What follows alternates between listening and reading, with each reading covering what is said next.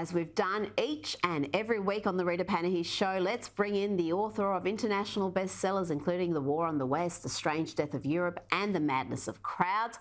Douglas Murray, it's been wonderful to speak with you throughout the year and for this last time in 2023, but we'll have you back in 2024, whether you like it or not. You're coming back, Douglas. Let's start with the shameful performance of presidents of prestigious colleges, including Harvard, MIT and Penn.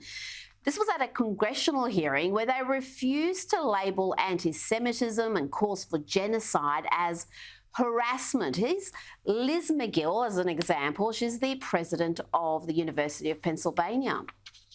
Ms. McGill, at Penn, does calling for the genocide of Jews violate Penn's rules or code of conduct? Yes or no?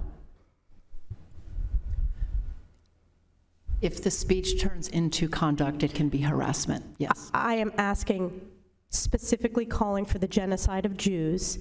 Does that constitute bullying or harassment? If it is directed and severe or pervasive, it is harassment. So the answer is yes. It is a context-dependent decision, Congresswoman. It's a context-dependent decision. That's your testimony today. Calling for the genocide of Jews is depending upon the context. That is not bullying or harassment. This is the easiest question to answer yes, Ms. McGill. Douglas, it is the easiest question to answer yes to. How did we get here where universities are so openly hostile to mainstream views, like, I don't know, believing there are only two genders, but calling for the genocide of Jews needs further context? First of all, it's the result, as his very president told me in an interview yesterday, of decades of moral rot in the universities. As you say, Rita, these are places where people have lost their jobs because they've identified the fact of biological sex and haven't been willing to lie about it. These are institutions that have banned, for instance, members of the Trump administration from speaking on campus. These are institutions that have spent years telling us all about microaggressions, which don't seem to care very much about the biggest form of aggression imaginable, genocide, who've told us all about, hurty feelings and the importance of stamping out hate, and who can't condemn the most obvious and evil and prominent form of hate in history when it's put to them in Congress. I mean, none of these people are fit for purpose. I said when I saw these smirking responses from people like that president of the Penn State University, the sort of I worked out at first, what's she doing? Why has she got this knowing grin on her face? And I realized, well, first of all, it's of course sort of legalese, isn't it? It's this kind of, I'm going to give you a clever legal answer that doesn't leave my institution open to legal cases brought by, for instance, Jewish students for harassment. So she thought she was doing something terribly clever. What also, finally, I thought, Rita, was these people were talking like ChatGPT. They were just rolling out this answer. And as it happened, I actually asked the same questions that these leaders of major universities in America were asked. I asked the same question to ChatGPT, and ChatGPT got it right. Said actually calling for genocide is regarded as being unacceptable. So here's the interesting thing. We've got to such a state in our universities that the people who lead the universities in America are actually less moral than AI. This is a frightening development. It really is. And like the Israeli president said, it's about a clash of civilizational values. And I want to bring you this clip. This is one of the leaders of the critical race theory movement, Ibram X Kendi, who explains in this clip why, in his opinion, white folks are disconnected to humanity. I don't think white people worldwide have really reckoned with how much their own personal identity is shaped by constructions of whiteness, and how much that construction of whiteness prevents white people from connecting to humanity. Douglas, this man is hugely influential, particularly in academia and the corporate world. The former CEO of Twitter gave his organisation $10 million to spread that bile. Yes, of course, the organisation that he tried to set up at the University of Boston ended up being just a feast of corruption and much more. Who could have expected? Ibrahim X Kendi, as people could probably tell from that clip, is not very bright.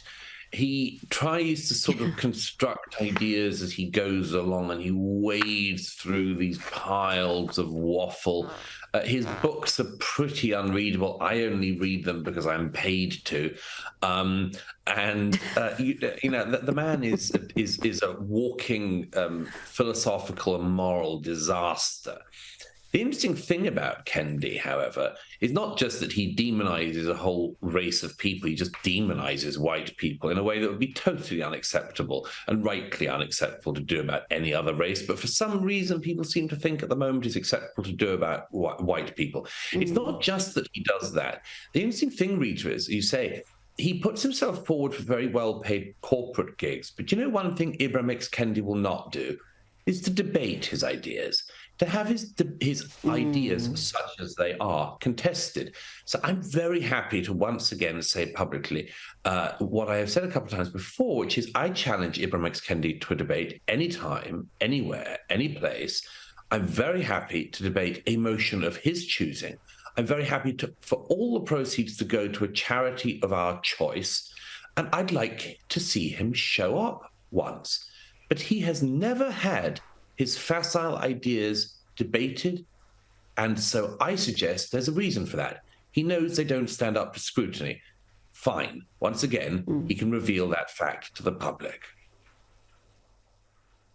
Now to the first son, Hunter Biden, who was today indicted on 9 charges, including 3 felonies. He faces a possible 17 years in prison after spending millions on his lavish party lifestyle while dodging taxes, allegedly. But of course, this really isn't about Hunter Biden. It's about his father and whether members of the Biden family were enriching themselves, selling access to the vice president and perhaps even the president. Tell me how you see this story, Douglas. It's extraordinary, Rita, because this story really does seem to be sort of finding its way to a kind of culmination.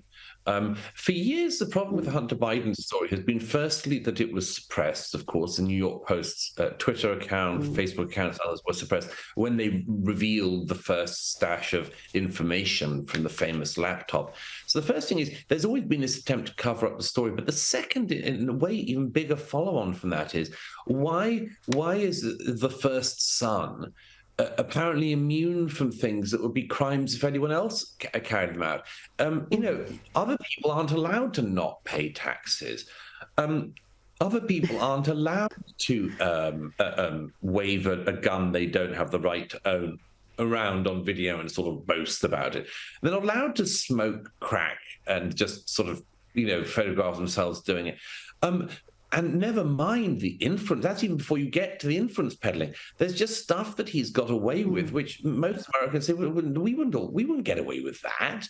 And so that plays into this two-tier justice system fear. But the real thing, as you say, Rita, is the influence peddling, where all of the millions came from to fund this lavish lifestyle. Joe Biden has spent a life in politics in America that can make you moderately rich. It cannot make you fantastically rich unless something else is going on.